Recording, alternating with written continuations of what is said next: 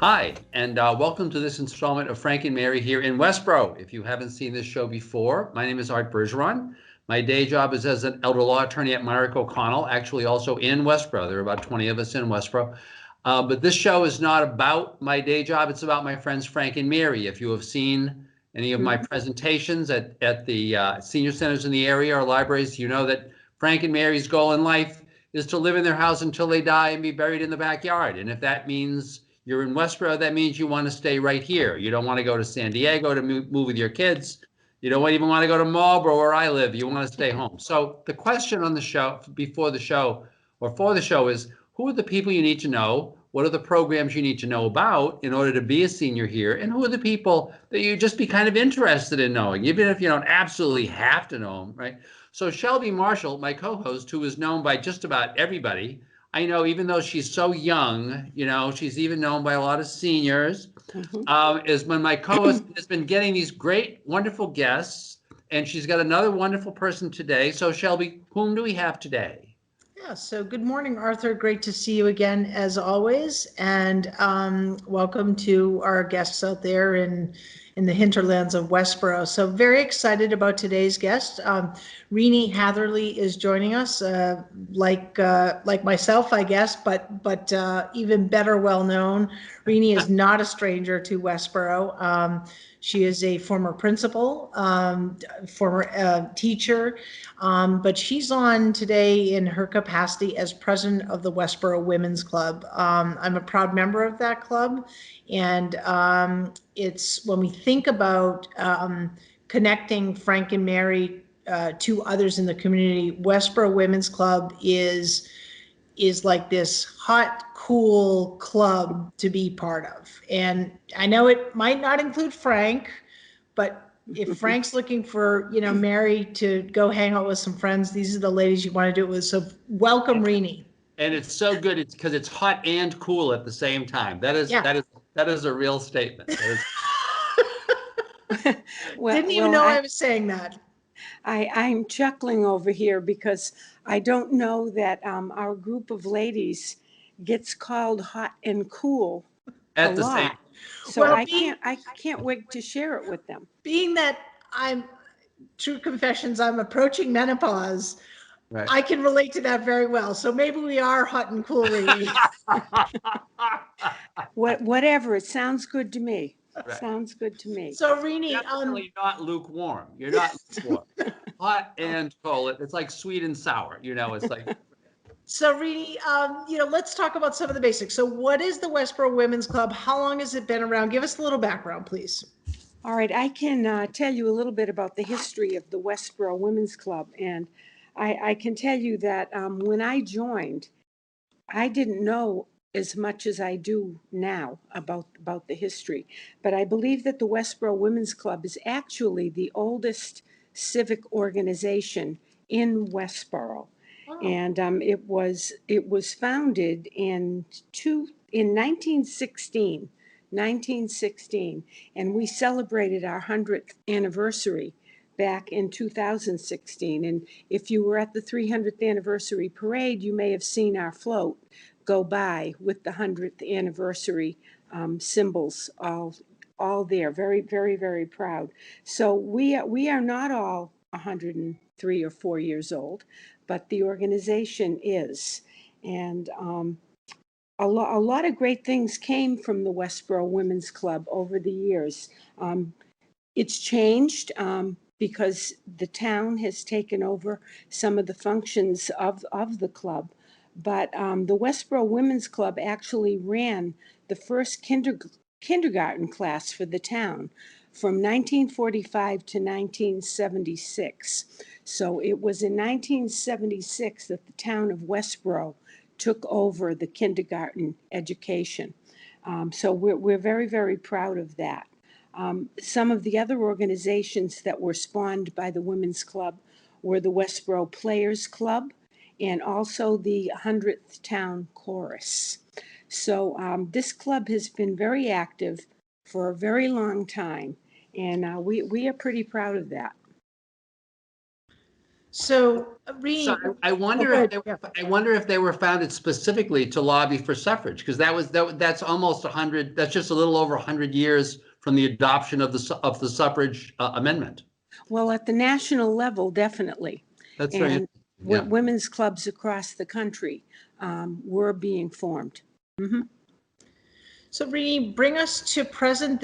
One of the things that I think, honestly, until folks walk through the door of a women's club meeting, or now obviously things are being virtual, and we'll touch on that in a moment, but um, I was really blown away at the level of organization and the dynamic nature of not just the meetings, but the work that the women's club does. So, if you would give Frank and Mary and their friends a sense of what is the club doing now, and really, this is your pitch to why do we want Mary to join the club?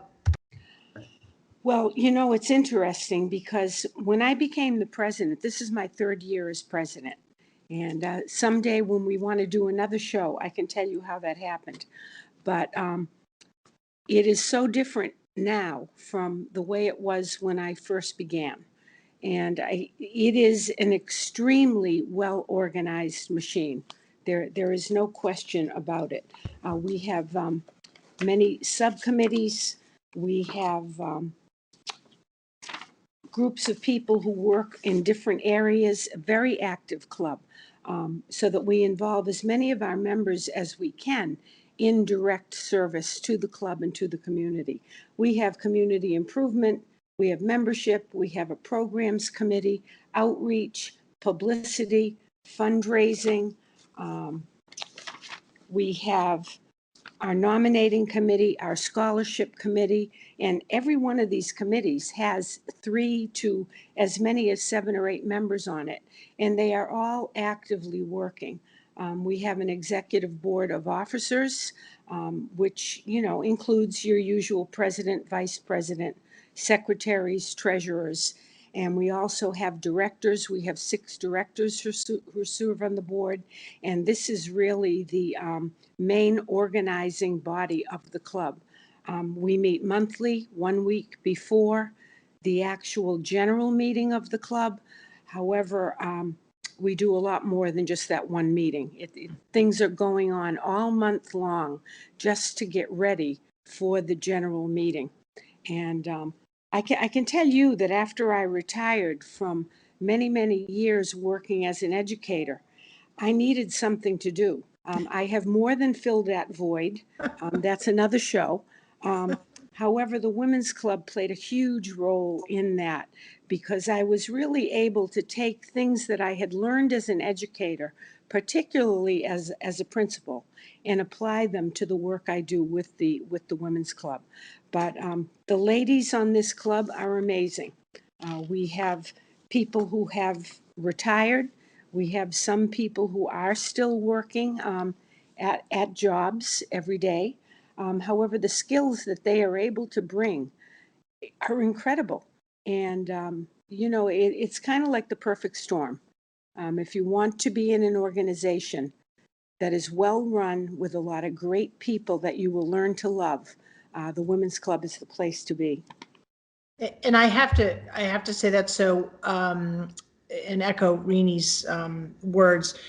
So I'm not an overly active member because of other commitments. It so happens that Board of Selectmen meets on the same nights that often the Women's Club are meeting. But what I love about the club is that efficiency and the friendliness of the club. So it's a club where, certainly, like any club, you can become as involved as you want to be, but every moment that you give to the club, I feel like, is welcome, and you're not sort of like one of those like, oh God, I'm the member that's not showing up and I'm not, So for example, the club recently, or right around the holidays, acknowledged all of their members by delivering to the members little adorable homemade cookie trays. And so they reached out to all the members and said, hey, we need a couple people who can go around and be, I forgot what they were called, cookie angels or something like that. And it's going to take an hour of your time. We're going to give you whatever it was, 3, 5, 10 names.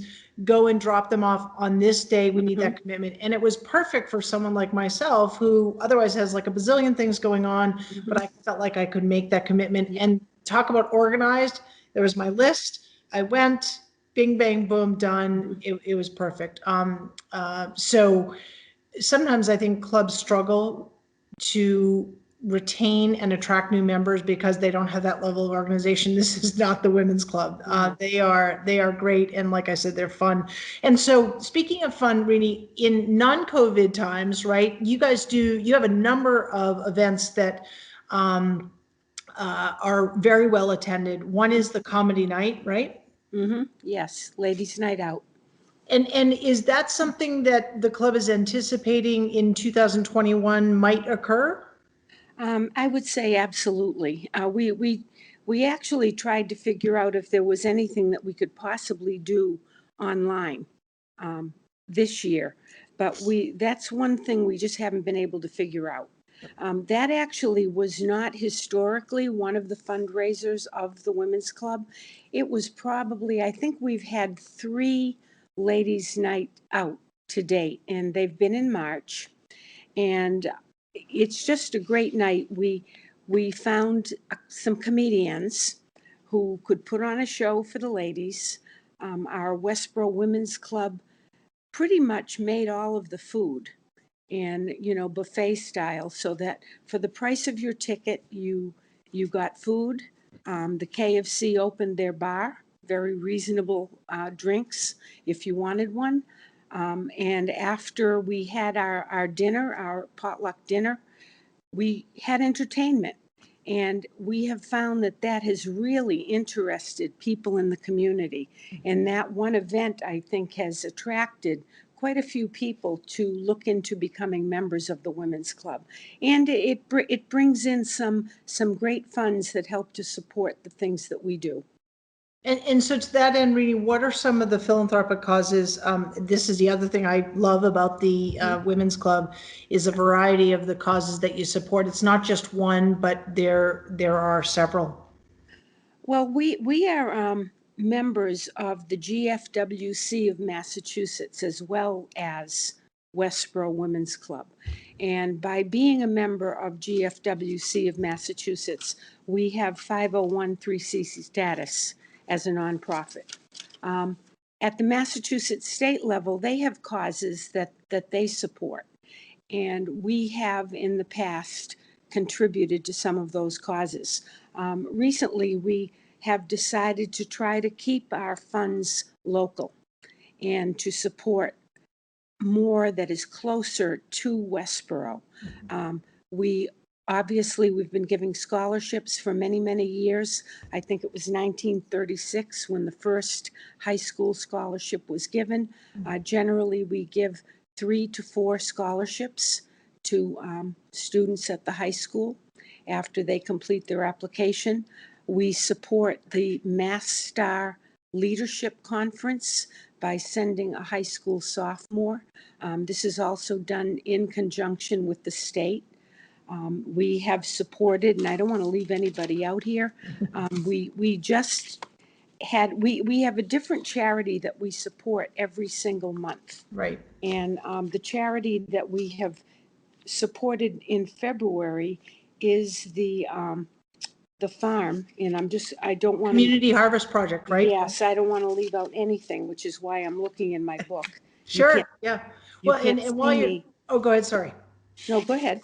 Well, and that's what I love, because I think that, I mean, to me, civic organizations can take 2 paths, right? Like, we're wholly committed and this is where all of our effort goes, or we're going to kind of spread it across. And personally, I think that a little bit of diversification allows everyone to benefit. And it also creates an interesting relationship with your members. For example, the Community Harvest Project, which is in Grafton, the physical farms in Grafton, and I believe it's Harvard, also has created a volunteer opportunity. So Grayson and my daughter and I joined the Women's Club one sunny afternoon.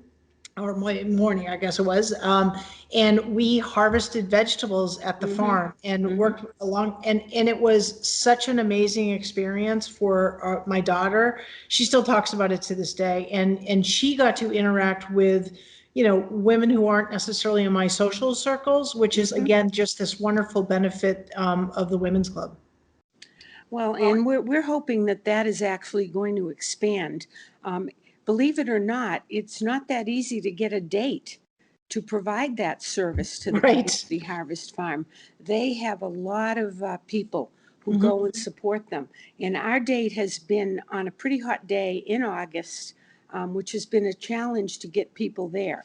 So I know Elaine Moore, our outreach chairman, is hoping that she can get us a date on a cooler day, perhaps in June or perhaps in September. But we are looking to grow that and get more and more people to chip in and do it. It's very rewarding.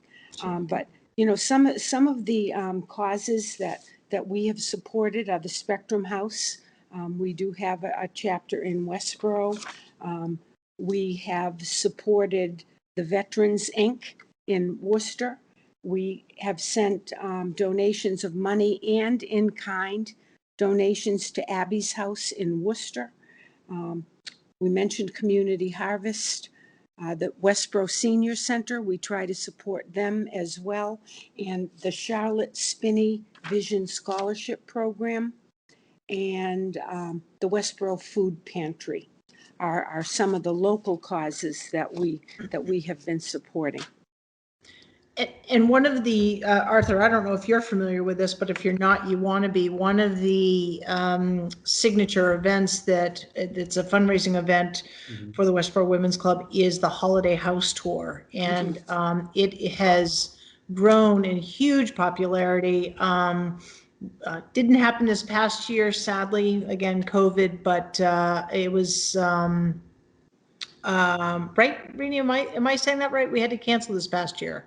Yes. Yes, right, Absolutely. right. It's like all the dates are running together. But Rini, if you could just tell the community about that event if they're not familiar with it.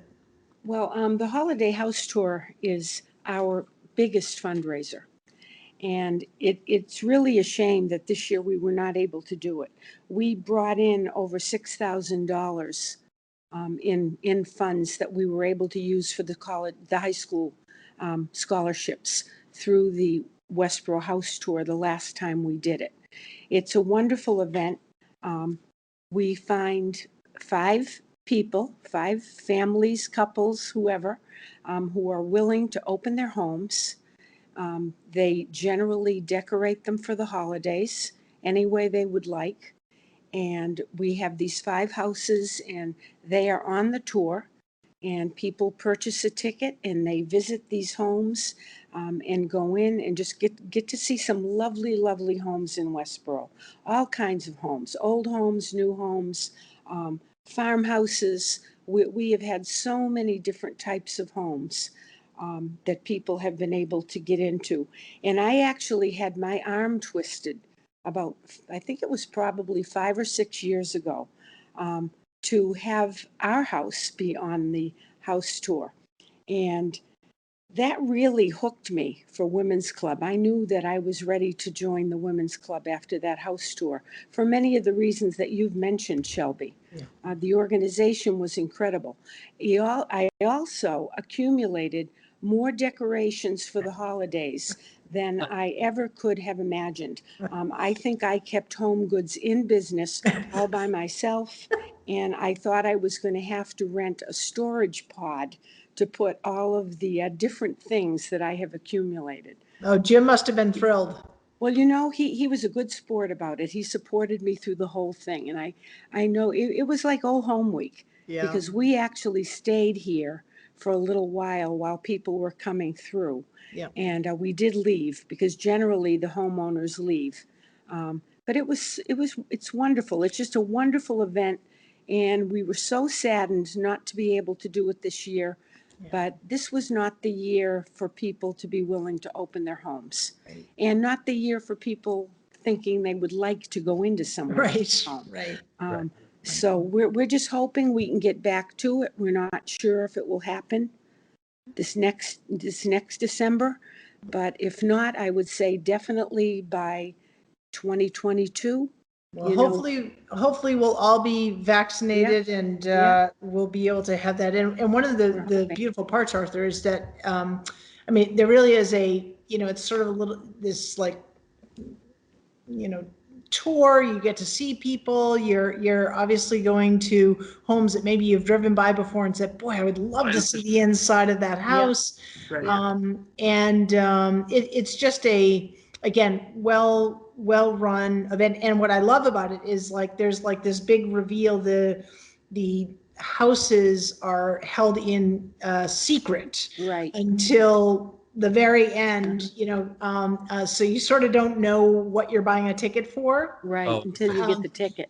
And that makes it really interesting in terms of what houses will be on the list. And it's kind of a coveted list. So if folks are interested in being on that list, I would encourage you to contact the Westborough Women's Club. We'll make sure to get the address up here on the screen. So we want to emphasize that this doesn't come with decorations. You have to provide your own decorations. Yes. You get like a little card, that you can go to Home Goods, and like a big discount. No discount. No. Well, or they can call me and I'd be happy to lend out some of the many decorations I have in my basement. From that pod in the backyard that they've been hiding in the backyard these years. Right. But once again, I think it really shows, I think it's clear from Randy that, what you're talking about is a resilient organization. So they're going to be figuring it out. They're going to be figuring it out this year, right? And really interesting. And this year they have figured it out, right, Rini? I mean, so tell folks what you're doing in February. Well, just to give a little background too, is that our meetings were being held each month, our general meetings at the Knights of Columbus. And that was just a great venue for us. And we were generally getting 50 to 60% of our membership attending those meetings right throughout the entire year. Well, when everything ended in March last year, we had to stop. The last meeting we had in person was on March 10th, 2020.